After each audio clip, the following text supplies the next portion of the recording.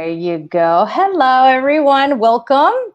I hope everybody's having a wonderful Wednesday. Welcome to Aura's Virtual Town Halls. This is a space that I have created for us to have a conversation about different things that are happening to our community. And today, I'm super excited to be in the great company of Nikki O'Cook, who is a board member for Downtown Crenshaw. And she's going to explain to us what this is. For some of you that you might not know what the Downtown Crenshaw campaign is about, or what is it that they're even fighting for, she's going to be able to walk us to this conversation better today. So, hi, Nikki. Welcome. Hi, thank you so much for having me. Yeah, of course. Thank you so much for making the time. I'm so excited to have you because I have been a follower and a supporter of the Downtown Crenshaw efforts now for a while. So I'm glad that I got the opportunity to talk to you about what that is and what that means. So for all of you that are watching, please feel free to share your comments and your questions on the comments, and let's just begin. So tell us a little bit about who you are and how you got involved with the Downtown Crenshaw efforts. Yeah, sure. So, me personally, I live in South Central. Grew up there, went to Audubon Middle School. My husband's also from there. We are homeowners. Thank you, Jesus. And we are raising our kids in South LA. And I think that for us and like so many other people in South LA, the Crenshaw Mall has always been sort of an icon. And it's been part of our lives for so long, even though I think we all understand that malls are not really very profitable at this time, and it's been in decline for a long time. But it's something about the space, right, that it held like something very important to everybody in the community. So when all of us heard a few months ago in the LA Times of all places that it got sold to this group, I mean, people came out in droves. The first Zoom call had, I want to say, like 300 something people on it who were just trying to find out, what can we do? What happened? Who are these people? And what are we going to do about it? Mhm. And it's been just like that ever since. It's just like you said, from the beginning, just a few months ago, the momentum has been building and people have been saying, instead of just letting outside developers come in and take over this space that's so important to us, that has been like really a cornerstone of our lives in South Central, how do we take ownership of it, not figuratively, but literally, and then build it into something that really aligns with our values and is the type of community asset we want. Right. So for some of us that have no idea about what's going on in Crenshaw, tell us about, from the beginning, how did you guys find out that they were going to sell them all? Yeah, I mean they had been having some meetings in the community, but basically the way that all developers I think do when they're gentrifying, right, which is to sort of go around with really nice watercolor paintings and to get some buy-in that people in general want restaurants, and then building basically huge luxury apartment skyscrapers, Mhm. that like the one that's now happening over off of Jefferson. I think it's $5,000+ per month Mhm. for two-bedroom units there. So the group had done that. Most of us in the community, I think, really learned about it from also the LA Times article, and that's when we jumped off and started this effort to get them to back away from the mall. Now, what's so incredible is that these 300 people that jumped on that call and have been coming back every week organized like crazy. Like a lot of us are already members of community organizations, already linked up doing our normal organizing work. But we managed to link arms really fast and turn the tide, and we made our voice heard. And CIM Group, which is who was going to buy it, walked away. They dropped the deal and walked away. Oh, wow. So then we think, okay, well, what's next for this? How do we really Is make this this? CRM the company that is owned by Trump? So yeah, CIM Group has invested in the past very frequently with Kushner. And then what happened is we thought, okay, we'll put forward a bid to purchase the mall. And the sellers actually did a really fast, kind of shady turnaround where they accepted a few bids within a matter of weeks. We managed to put forward an amazing bid. I mean, anybody who wants to take a look at the PowerPoint presentation that's on our website, Uh-huh. you can see that the Downtown Crenshaw team has some of the best developers in the world, some of the best architects in the world. We're talking about the architecture group that built the African American Museum for the Smithsonian in DC. We're Wow. talking about some of the biggest, legal teams. We have just an amazing team that all coalesced around this community energy, right? Like at the heart of that, the magnetism around it is how many people got engaged so quickly. So we have this great bid that we put forward. And instead of going with us, they went with another group called Live Work. And now, all of our heads are spinning. We're like, who are these Live Work people? Turns out Live Work are best buddies with Kushner and CIM Group. Oh, So it's like wow. the same people that went behind, back into the locker room, changed their jerseys and came back out and now are trying to purchase them all again, just under a different name. So And basically, the city, so you guys made this bet, found this incredible community support, found these architects, found all of this like rich, like, also like a lot of ownership. Sounds to me that you guys had tons of ownership to this project, but the city still went and kind of allowed the bid to these other people that basically changed their names and their colors and are the same people. yeah, I mean, the actual sellers in this case, so the actual owners of the mall it's actually a fund with a group of pension fund investors, right? So Mm, think of the pension funds that manage, like county workers' retirements, right? but Their funds are invested in the ownership of this mall. Now a bunch of our community members keep going to these board meetings that they have and saying, don't sell the mall to these guys, don't sell the mall to these guys. A lot of them are saying, oh, it's not in our hands, the broker's taking care of it. So in that sense, they're trying to not take responsibility for the fact that they're allowing the asset to be taken over by what essentially are like hostile gentrifiers, mhm, instead of considering what would be, a locally led, Black led, community led redevelopment effort, but that's really at its heart has like affordable housing and a business ownership opportunities for us. So to that extent, it's partially the fault of the pension funds who are doing the sale. Their broker, which is none other than Deutsche Bank, DWS Deutsche Bank. oh well. And then when you asked about the city's involvement, to a certain extent, we've been lobbying our political officials, and we've gotten some folks saying that they support our work, right? Holly Mitchell, Herb Weston, Mark Ridley Thomas, but the one holdout really thus far has been our own city council person, Marquise Harris Dawson, who really has a lot of say in this, right? Of Typically, course. developments like this, the other council people defer to the local council person. And yeah, on this point, while he said that he is proud and supportive of our work, has not really, I think, brought to bear the power and influence of his office in order to advocate for his constituents. Yeah, absolutely.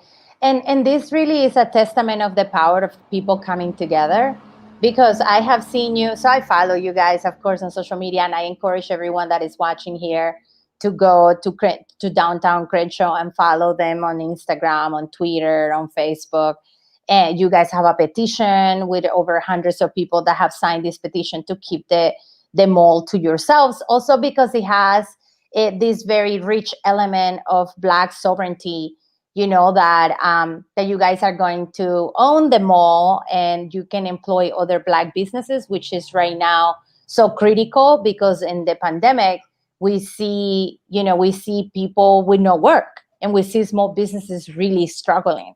So it couldn't be a better time to really support small businesses, Black owned, in this community. So would you speak a little bit about how it's been this campaign around supporting and uplifting and just bringing back this idea of Black owned businesses in Black Los Angeles, basically?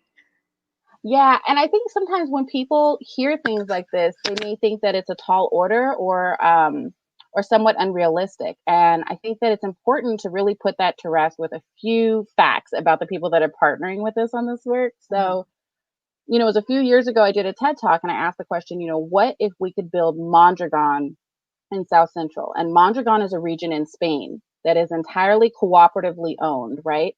There Right. are businesses, universities, hospitals, financial institutions that are all owned by the people who live there and who work there. So this means that the model is tried and true and tested and possible, right? It's Mhm. not something that most Americans are very comfortable with. They haven't necessarily heard of it before, and it seems strange and far away. But in many other parts of the world, it is the norm that your child would be enrolled in a cooperative daycare, that you might shop at a Right. cooperative market, that your utilities might be run through a cooperative ownership. So this is not something like pie in the sky when you die, right? And then to make it even more real and more concrete, we've partnered with some of the thought leaders in this industry. I mean, we have the Seed Commons, the Working World. We have a great legal team who have been building sort of structures like this for financial vehicles like direct public offerings for the likes of Equal Exchange and Land Trust across the country, right? Mhm. So we have some of the best minds who have been really creating the tools that we're going to need in order to build a model that can be replicated in many other places. Now, this is at a larger scale than some of the work that's been done before in the United States, but I mean, it is the time to call that forward, right? Like we have built the tools, we've built the structures, we've done the organizing work, we've mobilized our people, and now we've even mobilized the capital. I mean, there's huge amounts of social impact investments coming forward to work on this project. And so I think that we are at a really important juncture where Mhm.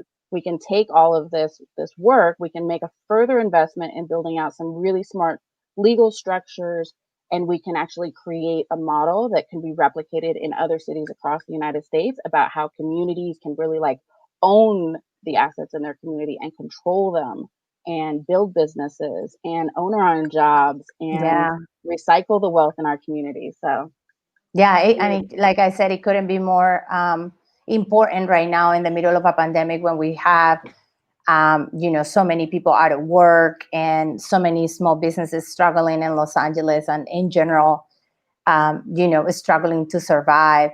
So, would you share a little bit about you guys have a model where anyone can be an investor? Which is something very, I would say unusual, new.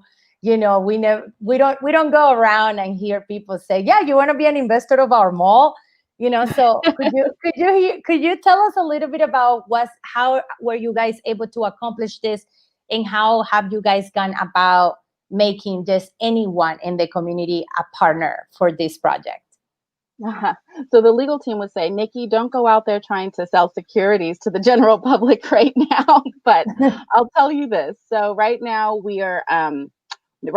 you put $5 in on a donation basis, it makes you a member of our nonprofit. And being a member of the nonprofit, I don't think of it like an investment club, right? So now, when we do develop our direct public offering, we'll be going direct to our members and asking them if they would like to invest. Now, the exact terms of that, what would your returns be? When can you access your funds? How do you deposit your funds, withdraw your funds? Those sorts of things we're still working out with our Right. lawyers. And I think that's part of the really important work that we're always asking, like maybe bigger donors and foundations and funds to really help us pay for, right? To pay for the staff and the legal hours it's going to take to hammer this out. Because once we build it, if we build it strong and we build it right, it will allow for the community at large to invest in our work, for investors to invest in our work, for people out there in the solidarity economy to invest in our work. Yeah, that's Especially because, beautiful. like you said, right now during a recession, we know that what typically happens, right, is that large corporations get bailouts. Yeah. And we don't always get bailed out. And what's interesting about things like the Mondragon model and other studies that have been done about cooperatives is of all the businesses in Europe that were studied, the Mondragon model was actually much more resilient during the last recession. So we know that when we build these structures of cooperative and collective ownership, they actually are much more resilient to the types of sort of vagaries of the business world that, yes, come with pandemics, but also happen just in general in capitalist economies. Yeah, absolutely. And we all know that when we invest on regular corporate America, we know that these investments are not returning back to us in the same way that we're investing in them. We know that when we put money in the bank, this isn't really, some banks, I bank with a really good bank, thank God. And they're really great to the environment because that's very important to me. Every time I put $1 in my bank, they plant a tree, so those things are matter to me. And just looking at you guys model and what you guys have been able to accomplish is something that is very remarkable because again, it's a shame that maybe you guys are very familiar with, but maybe for the folks that are listening to us right now, it's a shame that it's going to give back point on return to yourself and not to some corporation where you're never going to see the money again or the investments again. So it's not only supporting the community, but it's also supporting the individual, which is so important. I see that you guys have been really uplifting what it means, this area, this land, this mall, these stores, and sometimes we get very sentimental about these things, but these things matter because, a lot of people, and I've been looking in your guys' campaigns, a lot of testimonials about people that have grown in this area and has so much ownership around the mall. So would you share a little bit about testimonials about other folks? I know that we couldn't have everyone. It would have been so awesome to have all the 300 people that have been working so hard. And a big shout out to Damian Goodman, who has been really organizing with a lot of other folks in these efforts. So we just shared a little stories about the people that are truly touched by what you guys are doing and how this mall belongs to you guys. Yeah, I mean, it's always interesting when we have our meetings, there's so many, especially the elders, right? There's so many people in the room who have lived either multiple generations in the exact same neighborhood or, themselves in their own lifetime, 40 and 50 years there. Yeah.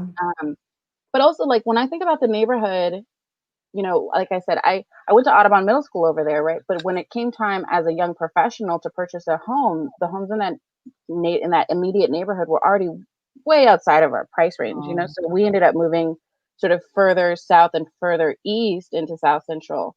But on the weekends, I still drive my kids to Leimert Park, right? To go Right. to Hot and Cool Cafe, to take in the culture and the music, to visit with friends. Sorry, I'm getting like, but there's such power in that, right? We're so grounded in that when I walk around that neighborhood, almost every corner I come to, I run into somebody I know, I hear somebody on the street, oh, hey, Nikki, and I just, and there are some transplants too, right? Like I think about my good friend Ade, who has that Ride On bike shop there in Leimert, Yeah, when he came from the East Coast, right, trying to find his spiritual home and that center for Black culture and Black power in LA, of course he came to Leimert Park, right? So the whole Crenshaw strip, right, running that gamut all the way from King down to, past Slauson, Florence, Century, it's just so important to people in our community for so many different reasons, and it's been rapidly gentrifying. changing. I mean, just in my lifetime, I think the Black population in South Central has gone down from something like 80% to 50, and now below that. In fact, the only place in Los Angeles where the Black population is increasing is Skid Row. Wow. So when I really like the Destination Crenshaw project, right? I like this idea that we're going to enshrine Black. That's a project that's led by our council person, that we're going to enshrine Black culture, right, in sort of these beautiful spaces. I think that's wonderful, but I also want my children and the Black community to be there to enjoy it. Yeah.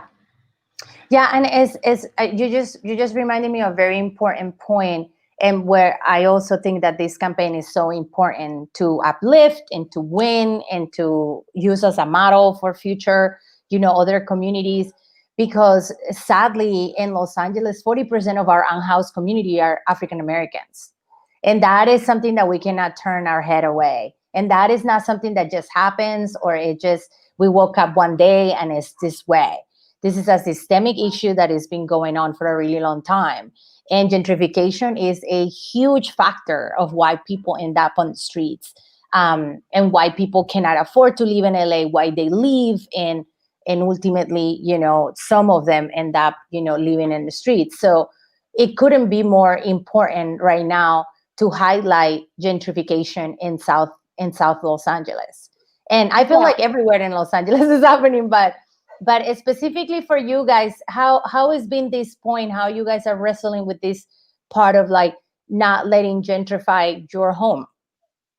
Yeah, I mean, I think that the important thing that you sort of mentioned, but can be highlighted again, is that there were very intentional policies that created the housing disparities we have now, right? Absolutely.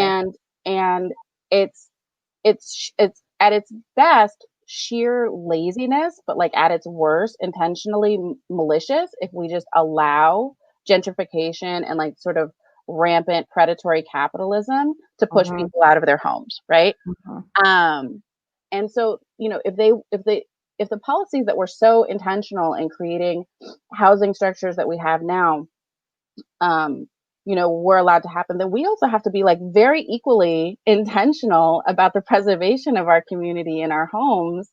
And that's why, one of the first things that came forward is we said, okay, what happens when if we control our mall, right? If we the mall space, ironically, is 40 acres, right? So I was gonna so ask we're you about like, the 40 acres. okay, Why? so when we get our 40 acres, y'all, what are we gonna do with our 40 acres? And the very first thing out of everybody's mouth was like, build affordable housing. We're gonna build Yeah. affordable housing. The typical model is something like 80-20, right? So you build 80% market rate housing, which Mhm. market rate to them is not market rate to us. No. They do it on the average for the entire region, which is much Right. higher than the actual average income for our neighborhood. So basically they're saying market rate for them, but enough to push us out, right? So Right. usually the model is build 80% market rate and 20% affordable housing. And we're like, okay, put that on the inverse. Let's build 80% affordable housing and 20% market rate, you know? And I mean, doesn't that more accurately reflect the population? Like, doesn't that just make way more sense? But it's something that no other developer was willing to bring to the table. And we know for a fact, because we've got a really incredible team of developers who are putting together the pro formas and the business plan for this, that it is completely feasible. The only reason the other developers didn't want to do it is because they'd have a slightly lower profit to return to their extremely predatory investors, right? But Right. we're like, we don't need those investors. We're investing in ourselves. Right. And we are happy to accept the investment of people who are willing to stand alongside us on our principles. But by choosing for a different profit structure, we can actually build a future that secures housing for all of us. Right. And for future generations, which is, Hmm. so important. So we're talking to Nikki, wonderful Nikki Okuk. She's a board member for the Downtown Crenshaw. She's kind of taking us to this journey, explaining to us what the Downtown Crenshaw is. For some of you that you're watching today, you might not know that there's been a struggle, a fight to preserve the Crenshaw Mall, which is an iconic place that for a lot of people is home in South LA, and that some of the actually very Trump investors have been trying to buy the Crenshaw Mall, which makes everything even more interesting as it goes. So in the past weeks, you guys have been showing up to doing what we call direct action. So you guys have been going to some of these folks' homes in, I believe, in Beverly Hills or in Century City or somewhere in the vicinity. How has been that experience for you guys as trying to take? I mean, this is so unusual. You never hear anybody trying to invest in a place where you have to go up above and beyond, and even go to other investors, other people that invest to their homes to try to call on attention. So how has it been for you guys to show up and maybe, yeah, tell a little bit of that story to our audience, because I don't know a lot of people that have gone to someone's home to basically say, we want our mall and we have the money and we have the plan and we have the architects, give us what we want. Yeah, no, it's interesting. So the head of Live Work is this guy, Asher Abashera, who I think grew up in Los Angeles, but all of the deals that he's ever done, his company Live Work and himself, have been in New York, mostly partnering with the likes of Kushner and CIM Group. I think Ivanka Trump even like names him and his company directly in her tax returns. Like that's how often they do deals together. Wow. And Hmm. it's so funny because in the interview, after we had sort of shown folks this, we're like, look, here's the guy who says he's from LA and he's coming home to do a great deal in his neighborhood. He's not. Um, he said, oh, Jared's like a nice guy and I don't really work with him anymore. And we're just like, this is crazy. You're gonna come into our neighborhood, you're gonna push us out of our homes. Hmm. You're going to build something that's going to extract wealth from our community in order to enrich your investors. And you think we're not going to take it personally? Like if you come to our home, we will come to your home. Yeah. And so we stood on his front doorstep. There must have been about 100 of us, telling him exactly that. And the irony is that, I think sort of very well to do, sort of like liberal middle class white folks, his neighborhood had a lot of Black Lives Matter signs around it, right? Oh, wow. I don't think his neighbors realized, right, that his wealth that bought him that really beautiful home on the corner, came from, gentrifying and displacing Black communities, right? So that's what we're there to expose, right? You can't just very comfortably like buy and sell us and dispose of us and think that we won't, that the chicken doesn't come home to roost, right? It's very personal when you kick us out of our home. So we will be Yeah. at your home, and it is very personal, and it is a moral question, and that's why, some of his neighbors walked by us and they said, "Oh, you should be protesting at his office, not his home." And we're like, "Well, he didn't come to move us out of our office, did he? He came to move us out of our home." So, and but that's such a that is such a great point, because for a lot of us that have friends that are well, intended, that want to stand with us in solidarity, that deeply care, that vote Democrat, they liberals, and yeah, you're right, they have the Black Lives Matters, and they donated to, Black organizations when George Floyd, when George Floyd passed away, and all this, but they don't really. This is why it's so important for us to also learn where is our money in house, friends. This is so important to know. Are you also investing on creating pipelines that are polluting water in indigenous communities? Are you also investing on buying property that is gentrifying and displacing people of color, African American communities, and enriching other people? So it's not enough that you voted for Biden and for Kamala. It's not enough that you love Kamala. It's is not is an important point that you guys are trying to make, that this stuff get really personal. And it's interesting that when community members try to uplift the struggle, then we're the angry, crazy people taking it over the top. We are so, like, this is not the way we do businesses. But I think it is time for us, and especially in this 2020, when we have seen it almost all. I feel like we have seen it all in 2020. It's important for us to not take no for an answer, and to support things really from the root cause, and to really learn how this is affecting other people. So we're talking to Nikki Okug, from downtown Crenshaw. If you guys have any questions, you can always post them in the comments. People are watching live right now on Instagram, on YouTube, on Twitter. You can go ahead and ask Nikki any questions. We have been talking about just the campaign and what's happening in Crenshaw. Like, I feel like if you go around and you ask people in Los Angeles if they know that this is going on, they have no idea that this is happening right now in Los Angeles. There is a that there's a community fighting Donald Trump, basically, investments to keep a mall and such. So, what are some yeah, of the points that you guys are hoping to accomplish then, when you guys get your 40 acres and the mall? yeah, I want to get to that, but you made a good point about people putting questions in the chat. I'd love to see your questions in your chat. And if you're on your computer, if you could just go to downtowncrenshaw.com right now, forward Yep. slash petition, or just click on petition. And even if you've signed the petition before, you can do it again now, because we've set it up now to where it sends like emails individually to the politicians that are involved and the buyers and the sellers, right? So they get notice, and it really lets them know how many thousands of people are consistently engaged in this process. And so thank you for doing that. Thank you just for taking a minute So to it's go to the website. downtowncrenshaw.com Um, forward slash petition. yeah. Or if you go Okay, to downtowncrenshaw.com, it just has like a petition button at the top. Click on I'm that. gonna post it here on a banner. So we got this now. There you Thank go. So people you. can see it. Yeah.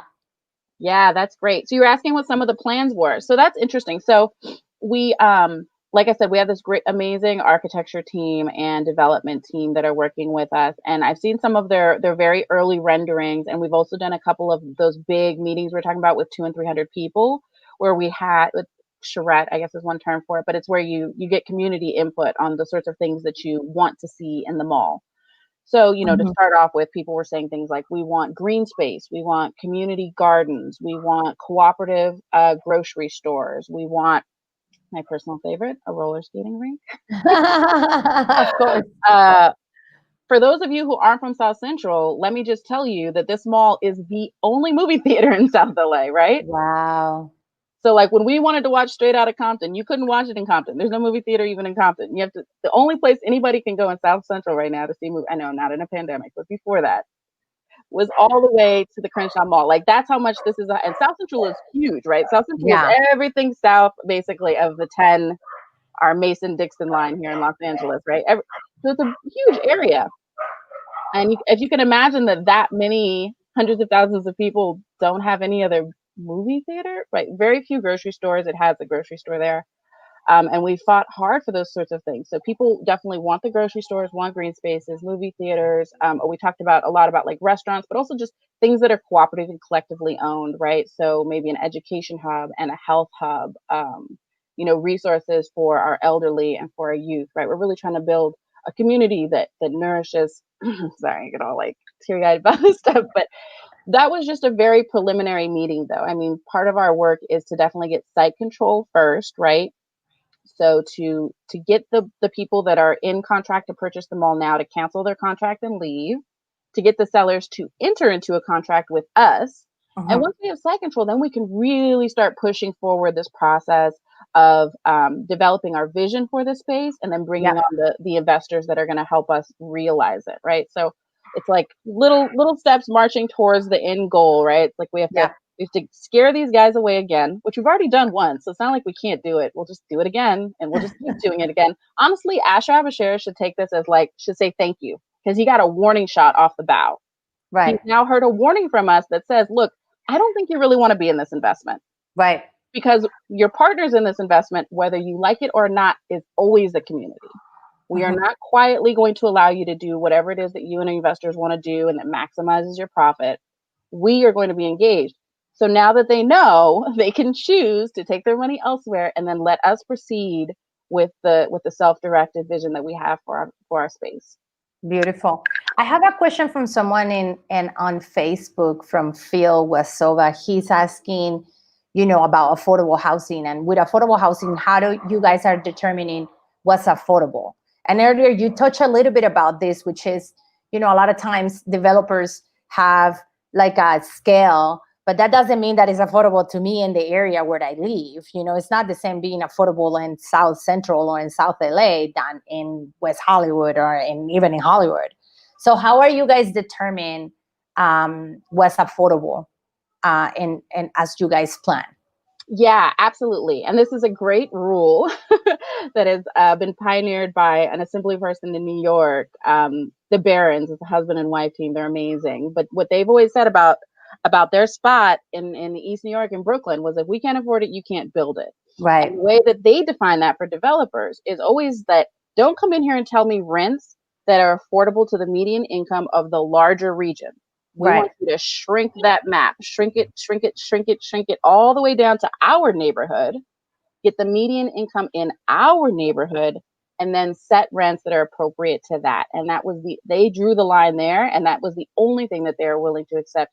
And we as well are not willing to accept anything less. Amazing, amazing. That is pretty straightforward. I don't think that is a, I don't think there's a big calculation here to be made. Other than it's true, a lot of and especially in Los Angeles, we see more and more people being pushed out of their homes and their neighborhoods because what's affordable for them is, or for what's affordable for, for these investors is not what's affordable for the people that live there. So what's next? Where are you guys in the campaign? Are you guys gearing up to be singing and dancing now that it's the holiday season? What is the next thing for downtown Crenshaw to save them all? So this Live Work group in Asher Abashera, they had a deadline a few days ago that they were supposed to have like closed the deal, and they haven't yet, which I think is probably a good sign. But all we can do is just keep on the pressure. Uh-huh. I think every day we kind of hope like, oh, here's the news. Either he's walked or he sealed the deal. But it really doesn't matter either way, whether they walk or whether they seal the deal. Like our work continues forward. Like we are going to continue to keep up the pressure, and we are going to continue to make our voices heard. So the way that we're doing that is in a few different ways. Direct actions were great, but we're in a stay-at-home order right now. Yeah. We are holding human billboards sort of as an awareness action, socially distanced on Fridays down at the mall. But we're also doing social media campaigns, and we're continuing to do these. We're continuing to have the petition promoted and to seek donations, and then of course larger donors. So any of you who are connected with the larger foundations or social impact investors that can sort of send them our way. We have packages ready to sort of present our work to them so that we Yeah. can start lining up the dollars, because we don't know if Live Work and Asher Abashir is going to walk tomorrow or in a week or in 3 weeks, but whenever they walk, we're going to be ready with the money Sure. to Right. secure site control of the mall so that we can continue with our development plan, with our community-led development plan. I believe that you guys already made one bid, but it wasn't accepted. Why was that? Because I believe that you guys made a very competitive bid. Yeah, so that's actually really interesting. Typically all bidders are extended the courtesy of putting in your sort of best and final offer, right? So everybody put in their initial bid, and then typically every one of us should have been said, oh, here, go ahead and put your best and final offer. Now we found out that actually not only our group, but actually a couple other Black-led local developers, not necessarily with the same level of community control as we have, but like your typical Black-led local developers who have done huge projects in LA, we all got the same call. And that call Mm, was, the call was, we actually do not want to see your best and final offer. Weird, right? that's unusual. Um, yeah, it was very strange. So, I think that the process was probably rife with conflicts of interest. I think that the brokers, DWS and Deutsche Bank, really do have a fiscal responsibility, right? A fiduciary responsibility to the pension funds that they represent to Mhm. go and get the absolute best offer for them all. So when and if they do open bidding again, we hope that we are all treated fairly and given the opportunity to put forth our best offers. That's amazing. That's amazing. I'm so grateful that you took the time to kind of walk us through all of the incredible efforts that downtown Crenshaw have been, working on for the past months. Did you want to maybe uplift some of the names of the voices of? I know that you're not working alone. I know that there's a huge team. Maybe you want to talk about the board members right now, or maybe give them a little shout out since we couldn't have everybody on the stream because I mean, technology is amazing, guys. We're having this conversation, but we couldn't have everybody on. So, would you like to talk a little bit about who's spearheading this campaign and give them some love, and then have my community also learn a little bit about them? Yeah, absolutely. So it's a great team and lots of names. So if I omit any, please forgive me. But I can start with the fact that I'm also work with Black Lives Matter. We're very closely partnered with Black Lives Matter Los Angeles. So big shout out to like Jan and Achille for leading a lot of our action work. Working closely with me and the team. With the legal team is Clark Arrington, as I mentioned, who's with the Working World Seed Common, and Ed Whitfield, who's with Seed Commons. And then we've got some great local voices, including like Kim Jurgen, Verneen, Donald, Dave. I mean, just all of Amber. I could just name all these like beautiful people that show up for these meetings, right? Late, sometimes late at night, sometimes every night of the week. Right. Um, a lot of you folks are familiar with Damien, but also Paul. Paul Jurgen led a very Yeah. similar project like this in Boston. We've got Phil Hart, who's just a legend in the industry. We've just got, it's an amazing team. I would also say that we have public meetings all the time. So if you want to get in on this and you want to get engaged and you want to meet all these great folks, usually Wednesday nights for sure we have meetings. And then Saturdays are when we have the large town hall meetings. So Wednesday should be thought of more of as a working meeting. Like that's where you go if you want to work, Yeah. because you will get assigned a task for sure. And then Saturdays are we're not doing one this Saturday, but maybe the next one. Saturdays are usually the larger town hall meetings. It's more of like a place to show up if you want to get an update. Wonderful. And if you really want to learn about all the team members and all of the firms that are working with us and the plans and the development team and everything, like I said, there's a PowerPoint slide presentation on the website. And you can go and grab that and take your time and really go through each one of the slides and take a look at how we've sort of built momentum, where we're going, and who's been there along the way.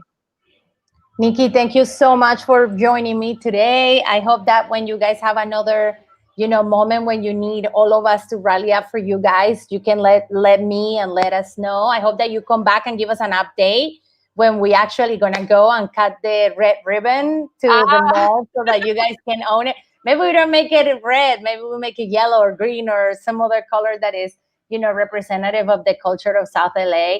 I'm so excited now. Like, I participate and I have gone with you guys to some actions, but I really want to just get more acquainted with the model that you guys are pioneering. It's so exciting to see that right now in such uncertain times, the community is coming together to work for something that matters so much for everyone and that is going to be really good as a whole for the whole community. So thank you so much for joining me today. Thank you so much for having us. And I look forward to seeing you and everyone who's joined us tonight at our meetings and our ribbon cutting. Yeah, absolutely. And, I'm running for Democratic Party delegate. And this is the reasons why I wanted to run, because I want to bring these type of ideas to the Democratic Party. I don't even think I have ever heard any resolutions from the Democratic Party supporting something like this. So you can definitely count on me if I get elected to push for more cooperatives, to push for less gentrification, and to support more of the community as a whole and sovereignty, and also just supporting businesses that stay with us, that invest back into us. Yeah, that's such amazing and important work too, because it has always really been true very often, right, that it's like Black communities, brown communities, queer communities, women, right, who really uplift and light the way, like with a vision of what future is truly possible for all of us. And so I hope that we build a model that that serves our community and serves the future as well. So absolutely. For sure, you can count on me. All right, Nikki, we'll talk very soon. Thank you so much for joining me. Thank you. Good night. Bye. So that was Nikki Okuk from Downtown Crenshaw. You can find more information about these efforts in their website, downtowncrenshaw.com. I'm just like super stoked to see how people are like fighting back corporations and fighting back gentrification and really finding ways to be resilient and sovereign in moments where we're in the middle of a pandemic. We see so many of our neighbors and our friends is struggling, and so many people out of work. I have personally been affected. My work has been greatly affected through the pandemic. So I really hope that you guys can follow them, Downtown Crenshaw, and support them. And, maybe today was an introduction for you of this work. Learn more, be curious, be open. This is how we're going to change the world. And I hope that you guys, we can continue working together. And next week, I will bring another guest where we can learn more. And of course, you can always sign up to my newsletter with the link in my bio. And I'll definitely see you guys very soon. Thank you so much, everyone, for tuning in today. And we'll speak very soon. Bye-bye.